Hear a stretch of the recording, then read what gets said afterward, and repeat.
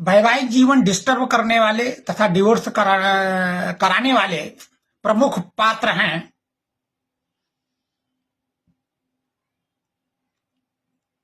लड़की के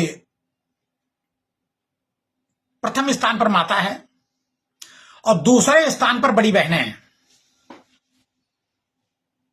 कुछ प्रतिशत छोटी बहनें भी हैं, क्योंकि उनको जीवन या सांसारिक अनुभव घूमा करती हैं, तो तमाम जगह का अनुभव लेकर वो अपनी दीदी को शेयर करती हैं।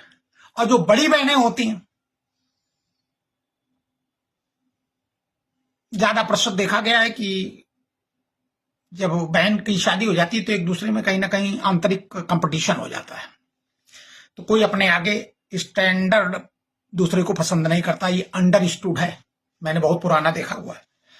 तो ये सहयोग देती है। दूसरी बात है, जो लड़की के भाई लोग हैं या गरीब माता पिता हैं, उनको ये लगता है कि ये 25-50 लाख रुपया लेके आएगी तो हमको धंधा कर लेंगे, भाई लोग धंधा कर लेंगे, शादी तो कहीं ना कहीं कराई दी जाएगी। ये मैंने बहुत नजदीक से देखा है। और एक चीज और देखी है कि इनका जो पूर्व प्रेमी होता है ना, वो पूरी तरह से कान भरा करता है, सबको मार दो फिर हम लोग साथ रहेंगे, मस्ती से।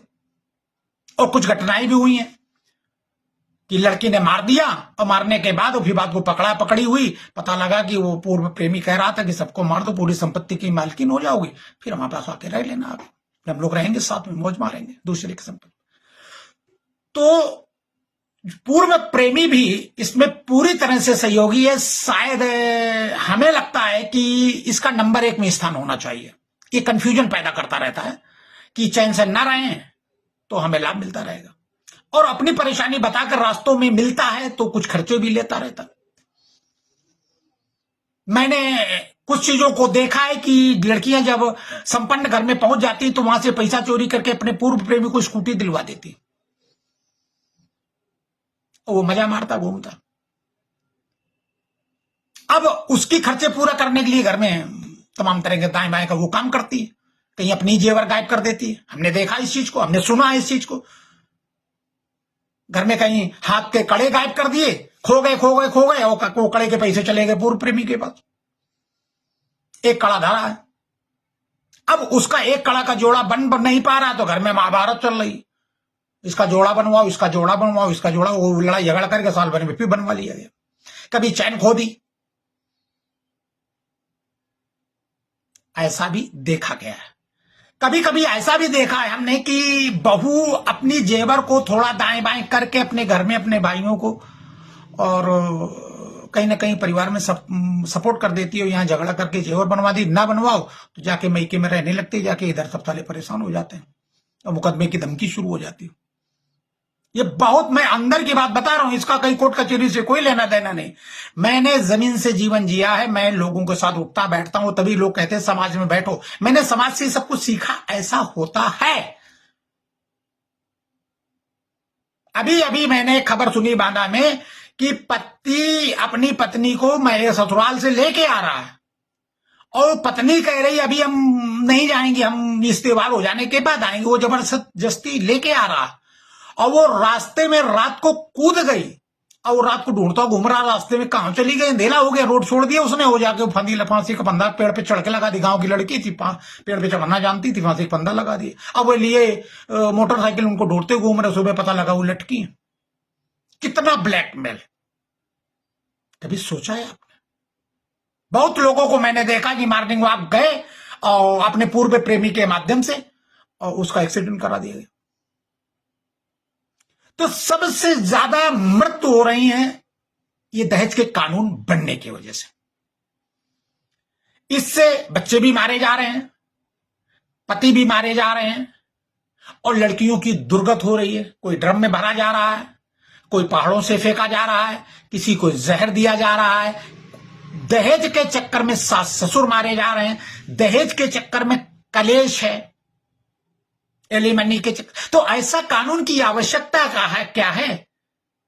पहले दहेज के पीछे लोग मार देते थे।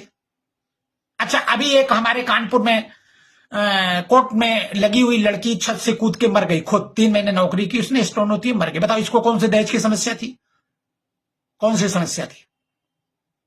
अगर यही शादी हो जाती फिर कूद के मर जाती तो पूरा परिवार ऐसी तैसी हो जाता।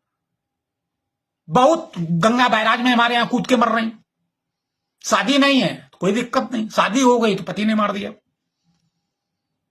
आजकल दहेज और पत्नी से प्रताड़ित होकर बच्चे मर रहे हैं, बच्चे पागल हैं, बच्चे डिप्रेशन में हैं।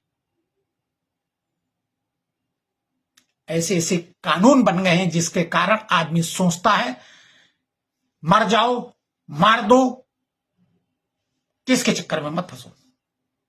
जब फंसाना ही है तो मार के मरो। इस मेंटल लेवल बन गई। किसने बनाया? हमारे कानून ने। हमारे नेताओं को, हमारे संसद को इस तरह के विचार करने चाहिए कि कानून में क्षति हो रही है, ये लाभ हो रहा, इससे परिवार जा रहे हैं। आज की स्थिति है कि ज्यादातर युवा बच्चे विदाउट शादीशुदा रहना चाहते हैं, कोई इंटरेस्ट नहीं उनको लड़कियों से।